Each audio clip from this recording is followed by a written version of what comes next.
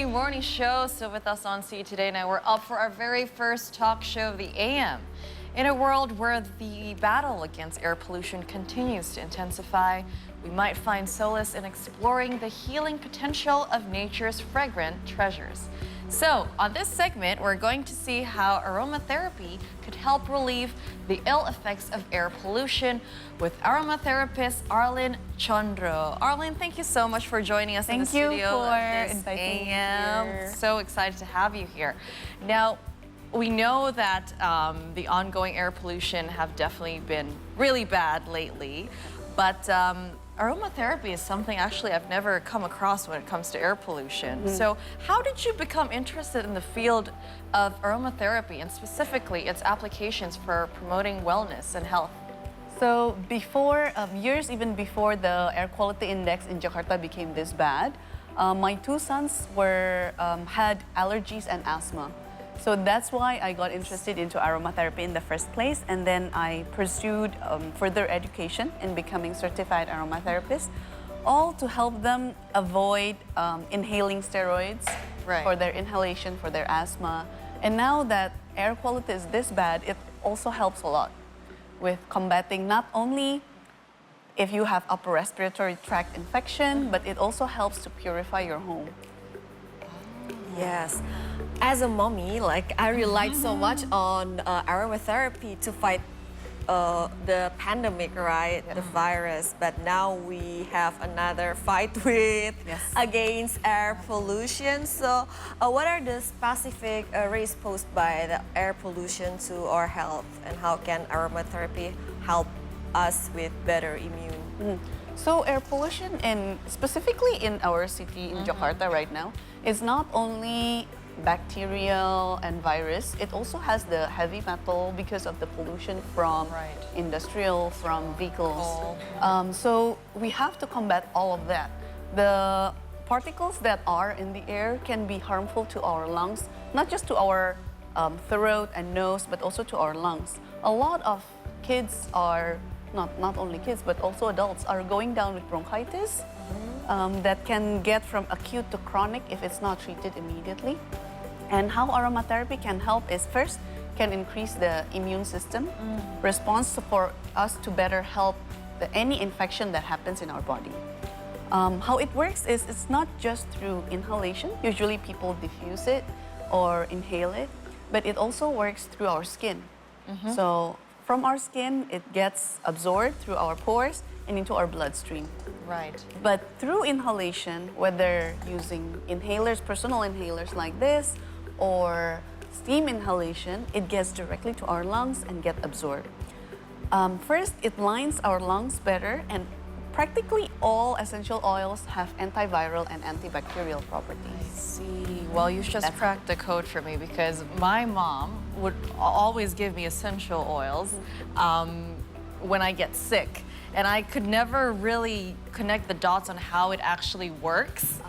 But I do feel so much better after, like you said, putting it on the skin or even inhaling it. So thank you for explaining that. Now I know. Now use them. Now I will use them even more. Now you understand the science and the wisdom behind it. Behind it, how it actually works. But maybe for our viewers at home who might be new to aromatherapy, could you maybe explain a little bit the core principles of how it works and the potential benefits, not only for health, but it's something you can also use every day, right? Even though you're not necessarily sick, but you can still use every day, diffuse it at home maybe. Yeah, it's tricky, and I think it comes down to a personal principle as aromatherapist.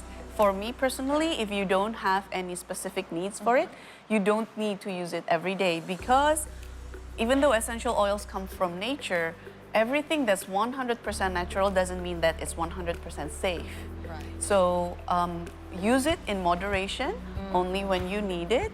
And as specifically to how you use it, especially if it's in this condition right now, you can definitely use it every day for prevention as well as for treatment. At home, it's best to use diffusers.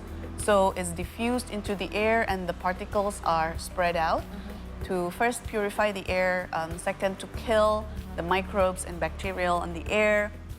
But for personal use, especially if you already are feeling down or not well, then it's best to use inhalation because it's more direct. Right.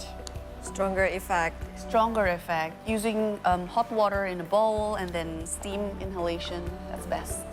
So could you highlight some essential oils that might be very helpful for us for respiratory health as well as detoxification amid the bad air pollution?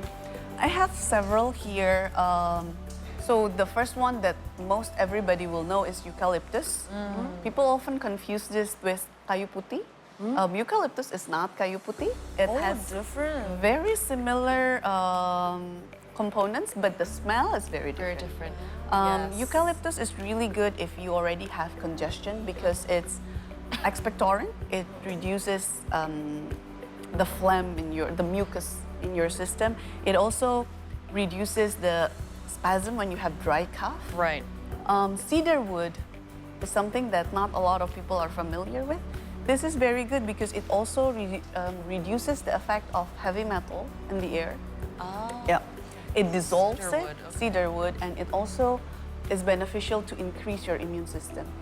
Lemon is great for anything that's related to immune system and it smells good. Anything that's from citrus oils, Yeah. it smells nice. Yeah. So I would recommend lemon for any application. Lemongrass is interesting because it helps relieve infection, but I wouldn't recommend it for topical application to the Okay. skin. So it's better to use in the diffuser for the home. Yeah. Right. Now, speaking of diffuser, you've mentioned a few essential oils here that could help with our health. Now, would you say that if we were to diffuse these essential oils, say at home, would it work as well as an air purifier would? I would suggest, especially in this this specific problem of air pollution, I would suggest air purifier first. Yep. But then using the diffuser at night to help with everything that you already inhaled when you are outside of the house. I see. A personal inhaler works best Okay. if you are not always indoors. If you are outdoors, of course, wear Good masks. to bring it. It's good to everywhere. bring it. It relieves symptoms for allergies, as well as allergic rhinitis and sinusitis. Okay, some essential oils are too strong for children, right? Exactly. What would you recommend for like topical use for children for everyday use to fight the air pollution? Yep, that's why anything topical has to be properly diluted with carrier oils, because essential oils, even for adults, it's not recommended to use directly on the skin because it might irritate, it might also have allergic reactions. So anything that is already formulated, for example, in balm form, this one you can apply it to your chest Yep. to reduce symptoms, also to help relieve any other sickness symptom with immune boosting properties. And one more thing that's really important is sleep quality. Yeah. Yeah, because That's still number one. that's still number one. Yeah. Anything, if you are recovering, if you are maintaining sanity, reducing stress, Right. sleep quality, sleep duration is very important. So that's something that you have to also Yes. pay Top of attention the to. list. Yes. So would you say there's like a guideline on how a guideline to follow with the crazy pollution that we're going through today? Sleep quality is obviously number one. Air purifier is good to have around the Yes. house. And with the steps in regards to essential oils and having them as a diffuser at home, is there a certain amount of time that we're only allowed to sort of have it around the house? Or is it safe to sort of have it on the whole day? Yeah, it's safe to have it on the whole day, but with the on and off properties, so it's not 24-hour, but most diffusers have the automatic on and off I see. switch. So for example, 30 minutes on and 30 minutes off, or 2 hours on and 2 hours off, because our brain shuts off after a while. Right. Like when you inhale something bad, Yeah. after some time you forget that it's there, so the effect gets reduced over time. Okay. Okay, so as conclusion to the talk show, do you have any words or advice for those who would like to receive optimum results from aromatherapy? It's best to know first what essential oils or what products and formulations that you are using, and definitely what it's for. Right. Pay attention also that aromatherapy may not solve everything. As Karina said, pay attention to air purifier, sleep quality, house hygiene, personal hygiene. Right. And aromatherapy is not a cure-all, but it's definitely a big help. And there are a lot of different methods available, not just the products, but you can also do it yourself at home. If you have access to a certified professional aromatherapist, you can also contact me. We have one right here.